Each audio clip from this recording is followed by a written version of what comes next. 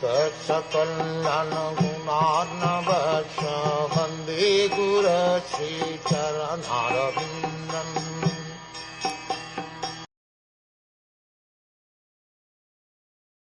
The personified Vedas said, "We offer our respectful obeisances unto you, the Lord, the shelter of the quality of goodness, and therefore the source of all religion, austerity, and penance, for you are transcendental to all material qualities, and no one knows you or your actual situation.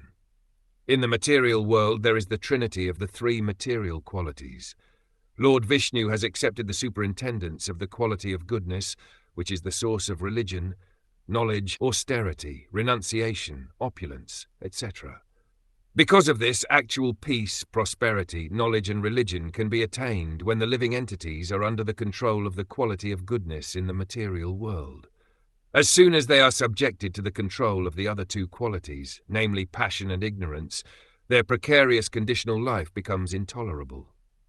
But Lord Vishnu, in his original position, is always nirguna, which means transcendental to these material qualities. Guna means quality, and nir means negation. This does not indicate, however, that he has no qualities. He has transcendental qualities by which he appears and manifests his pastimes. The positive transcendental qualitative manifestation is unknown to the students of the Vedas, as well as to the great stalwart demigods like Brahma and Shiva. Actually, the transcendental qualities are manifested only to the devotees. As confirmed in Bhagavad Gita, simply by discharging devotional service, one can understand the transcendental position of the Supreme Lord.